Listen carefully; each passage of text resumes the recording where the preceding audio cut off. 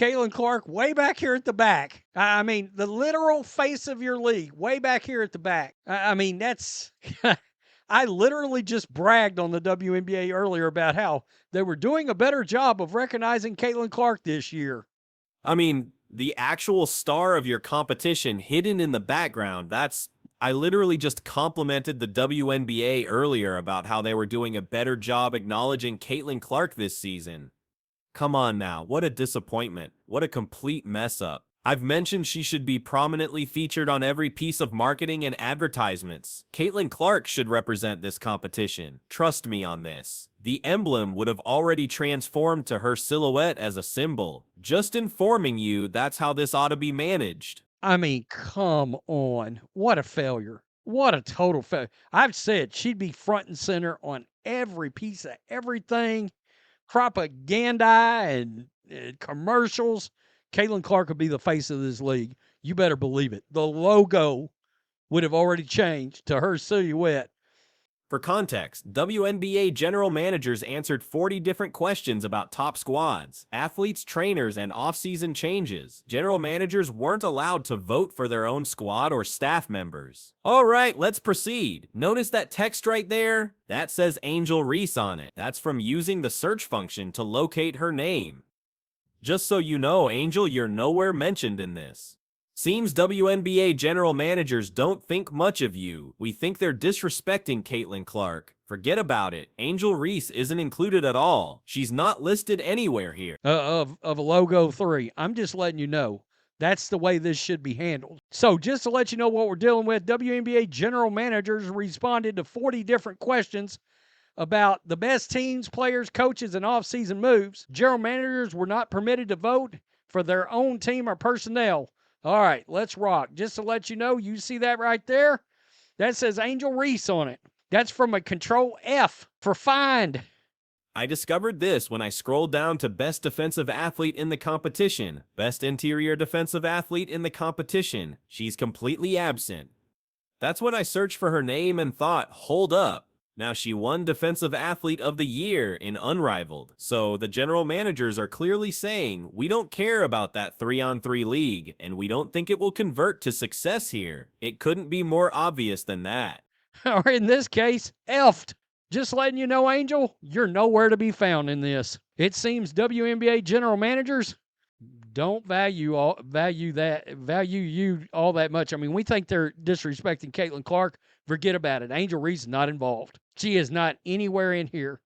And how I came to that was when I got down here, best defensive player in the league, best interior defensive player in the league. She is nowhere to be found. That's when I searched for her. I was like, wait a minute.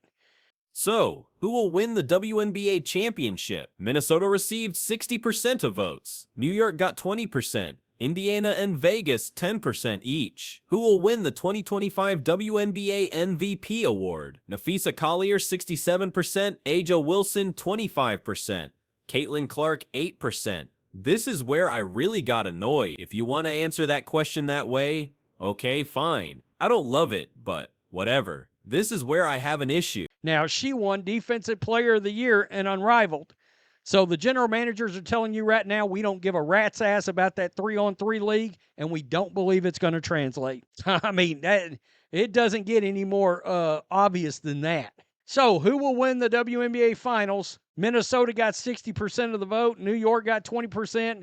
Indiana, Vegas, 10% each. Who will win the 2025 Kia WNBA MVP? Nafisa Collier, 67%. Aja Wilson, 25%. Caitlin Clark, 8%. This is where I really got a problem. If you want to answer that question like that, okay, fine. I mean, I don't love it, but fine. So potentially 12 general managers, there's 13, but Indiana wouldn't vote on Caitlin Clark, right? 100% of those 12 general managers should have picked Caitlin Clark here. If you were starting a franchise today and could sign any athlete in the WNBA, who would it be? If you didn't choose Caitlin Clark, you'd be unemployed searching for work because clearly you have zero business awareness if you can't recognize and overcome your own pride to see who is elevating this entire competition. This is where I got a problem, all right? So potentially 12 general managers. There's 13, but Indiana wouldn't vote on Caitlin Clark, right? So 100% of 12 general managers should have answered Caitlin Clark here. If you were starting a franchise today and could sign any player in the WNBA, who would it be? If you didn't answer Caitlin Clark, your ass would be in the street looking for a job. You wouldn't be in charge of anything. You wouldn't be running anything on any of my squads. That should literally be the only choice. There might be one stray vote for Asia Wilson or whoever Nafisa Collier, and that should be from the Indiana general manager. Everyone else, Caitlin Clark. Honestly, if I'm an owner seeing that, I want to identify who voted differently and then I'm firing them. Simple as that. Which athlete forces opposing trainers to make the most adjustments? Asia Wilson, 33%. Brianna Stewart and Caitlin Clark tied for second. Which athlete will have a breakthrough season? I don't get this question because Brittany Griner has already been a star in this competition. Kelsey Plum has already been a star. Aaliyah Boston is already excellent. Because it's clear you have no business sense whatsoever. If you do not recognize and can't get past your own ego to see who is moving this entire league. Nah, you wouldn't be in charge of nothing. You wouldn't be running nothing on one of my teams at all. That should literally be the only one. There should be one little raggedy vote out there, maybe for Asia Wilson or whatever, whoever, Nafisi Collier, and that should be from the Indiana general manager. The rest. So I don't understand why any of those individuals would be considered for a breakthrough. I can see Rika Jackson being here, Marina Mabrey being here. I understand that. Gabby Williams being here. I get it. Satu Sabali won this category. Who is the top point guard in the competition? If you didn't choose Caitlin Clark except for that one person who can't vote, you'd be unemployed if you voted for Chelsea Gray. Get out of here. You must be kidding. Now, some answered this by putting her at shooting guard. Fine. Caitlin Clark. Man, if I'm an owner, I'm seeing that. I want to find out who did it, and then I'm running them out of town. Plain and simple. Which player forces opposing coaches to make the most adjustments? We got Asia Wilson, 33%. Brianna Stewart, Caitlin Clark tied for second. I guess they're putting Paige Buckers back there. Look, I don't think Paige Buckers is next in line. As much as I dislike Aja Wilson, I don't think she's the next one regarding popularity. I wouldn't think. Maybe she is. Hell, I don't know. That shows how irrelevant I think that whole situation is entering this rookie season. The WNBA still doesn't understand. You showcase people prominently and it's not even mentioned in the poll, right? This person brings it up, so we're supposed to take you all seriously? Talking about this here and that there. It's amazing. It's confusing. These people are upset about Aja Wilson disrespect. You must be joking. Really? Clark for MVP, Fever for champions. It's a CC show. It's wild. Chelsea Gray voted tied for best point guard and best passer over Caitlin Clark. It's like they don't even watch matches. It's confusing. It's baffling. Which player will have the breakout season? I don't understand this question because Brittany Griner's already been a star in this league. Kelsey Plum's already been a star in this league. Aaliyah Boston is already really good in this league. All right? Rain Howard's already really good in this league. Again, you would be unemployed. That's insane. Very prejudiced. People think we're supposed to take this league seriously. I disagree. That's insane. That's really insane. Unserious organization. WNBA as a whole. Making it harder every day to support you all. It's insane. So I don't know why any of those people would be standing for a breakout. I could see Rickea Jackson being on this, Marina Mabrey being on this. I get that. Gabby Williams being on this. I get that. Satu Sabali won this thing. Who is the best point guard in the league? If you did not answer Caitlin Clark outside of that one person that can't vote. This guy just speaks honestly. He says they're always going to select a black athlete. You have to wonder. You have to wonder. No need to read these terrible ballots. Either they don't know their profession, they're lying, or maintaining the narrative. Regardless, not worth the time. Seriously.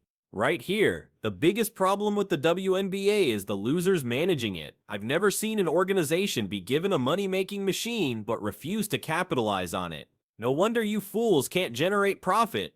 The organization needs to be cleared out and rebuilt. What a great way of expressing it. Perhaps many of the people in charge should be removed, including Kathy Engelbert, and bring in people who don't have biased objectives that aren't based solely on basketball and/or business. Wow, I mean, who would you start a franchise with? Only 50% said Caitlin Clark. The other half, automatic termination. I'm ending it. So I just saw this tweet from NBA 2K coming into the season where they have rated all of the WNBA players, and obviously ratings have changed. If you guys don't remember, Caitlin Clark was in fact the same rating as Angel Reese, and I'm pretty sure she was like one rating spot lower than or higher than Alyssa Smith. But I actually really interested to see in 2K what they've rated coming into the WNBA season, what they've rated players.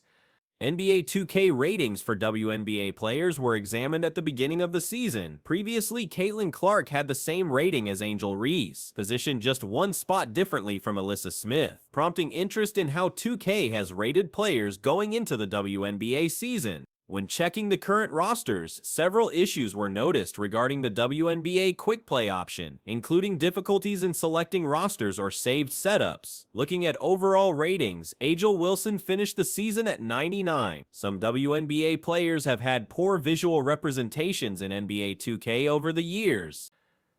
And we're going to, again, I'm going to just see again what the rosters are like. The WNBA quick play. Is there no roster selection? Do I Several inconsistencies were observed in the game. Chini Odumoike has an unexpectedly high 84 overall rating. Tiffany Hayes is still listed with the Aces despite signing Brianna Jones at 90, and Kayla Clark shows as 94, though listed as 96 elsewhere. Ryan Howard is at 87, Jordan Canada at 84, and Alicia Clark at 84, which seems too low.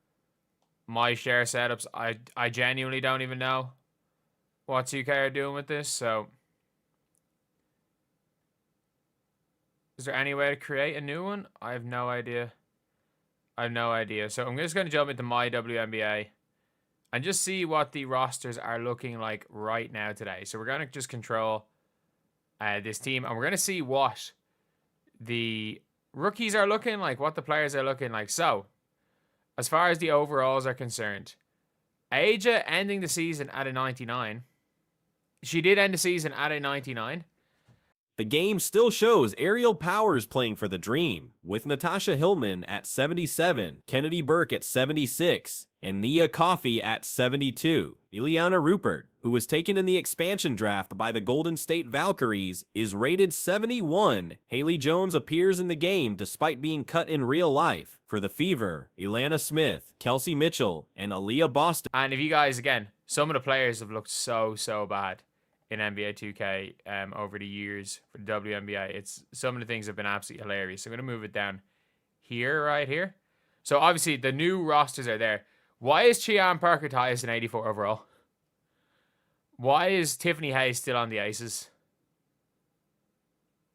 And you might be saying, oh, this is recent. I'm sorry. Tiffany Hayes signed for the Valkyries before Dana. I'm pretty sure.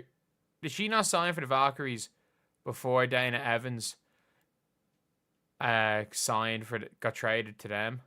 How old is this picture of Meg Gustafson?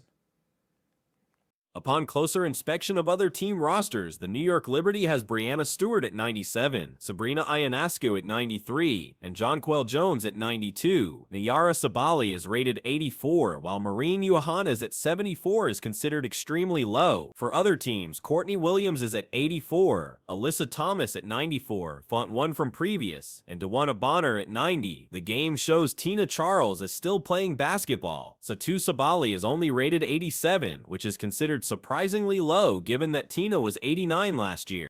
Who? I get who. I know who Queen Egbo is, but who? Look at the player face. But also, why is Queen Egbo rated higher than Kia Stokes? Alright, it is what it is, I guess. So Brittany Griner is a 91, Bree Jones. Caitlin Clark's apparently a 94. They say she's a 96, but she's a 94. Some other noteworthy ratings include Angel Reese at 90, while Kalia Copper is still shown on the sky. Marina Mabrey at 84 and Rebecca Allen at 75 are both considered too low. Diamond DeShields is rated 88, Cameron Brink 80, and Azura Stevens. Emma Cannon has a surprisingly high rating among the Sparks players. Tyra McCowan is rated 89, which is questioned as being higher than some All-Stars. Angel Reese is rated higher than Kelsey Mitchell and Kayla McBride, which is considered debatable. A major inconsistency is the absence of the Valkyries as a team in the game, explaining why all Valkyries players are still shown on their original teams. Additionally, Alicia Clark is incorrectly shown on the Mystics when she actually went from the Aces to the Storm, which is one of several roster inaccuracies that need fixing. While it's understandable that the Valkyries as a new team might not be added until next year, other roster errors seem less excusable. For this game, tickets for this game actually sold out within the hour when it was announced, and people were lining up for over 3 hours before the game just to get into this arena. So to say that this game was highly anticipated and was hyped up would be an understatement. Caitlin Clark stood completely stunned, and surprisingly, not because she sank a far distant shot or broke another achievement. Nah, it was an occurrence even more exceptional. The complete Brazilian squad and their instructor gave the sort of jaw-dropping admiration that caught even the most composed athlete in the sport unprepared. The squad formed lines seeking signatures. She wrote on their tops. They were getting her to raffing the tops of squads she competed against. She is writing on their tops. They're that impressed by her. Well, my goodness. This news will probably leave Angel Reese's mom in shambles. This wasn't your typical "she's fantastic" comment. This was a microphone moment from a basketball veteran appreciation. Angel Reese, and she's outraged. At this point, of course, she's upset.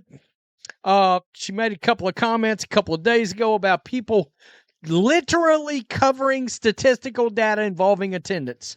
That's a problem. That's hate. Now let's truly acknowledge this. Brazil, the nation of dancing, athletic superstars, and tasty meats, just incorporated Caitlin Clark worship into their cultural character. Who would have guessed? In an exhibition contest, not a final, not a championship showdown, Caitlin commanded such attention she practically shifted the basketball world. Brazil's head instructor, a man who's likely coached longer than most enthusiasts have existed, observed her abilities and reacted like he'd witnessed a female version of Michael Jordan. This wasn't admiration, it was devotion. Caitlin Clark's preseason debut drew 1.3 million viewers. That's nuts, folks. The squad she competed against yesterday, and I realize many team members were inexperienced, but the squad she competed against yesterday, capturing images with Caitlin Clark after the contest, having her write on their tops, and those tops, you can bet the instructor of the opposing squad being amazed. Like, this represents legendary squad status. This represents the rivals capturing images with the legendary squad. And just to give you an idea, I did pull up other ratings from that day. This game beat NHL playoff ratings. Think about that a minute. National Hockey League playoff ratings, a WNBA game, a preseason WNBA game, not only beat those ratings, destroyed them. I think the highest rated NHL game was roughly 430,000 viewers behind this game. And it continued. The instructor didn't merely offer praise and finish. No, he practically enshrined her instantly. This wasn't the kind of insincere flattery you receive from some dated analyst still reminiscing about the 90s. This was authentic elite appreciation. He praised her like she was a mythical being, like she had wandered from Olympus, grabbed a basketball, and decided to spend time in the WNBA. And coming from someone whose homeland revered soccer like a belief system, that kind of adoration is premium. More watched than any NBA game, preseason game, since 2018. So that's been a long time ago. All but 2 NBA preseason games since 2010. So this game, only 2 NBA preseason games in the last 15 years had bigger ratings than this game. One of them was LeBron's Los Angeles Lakers debut. Brazil, their coaching staff had zero solutions whatsoever for Caitlin Clark. And they attempted so many different strategies against her. Like, I've never seen a squad attempt so many to remain behind to autograph Brazil's national team top at their request. Consider that. She, Caitlin Clark, basketball's current star, signed their squads top like it was merely another weekday. That wasn't a signature. That was a generational memento.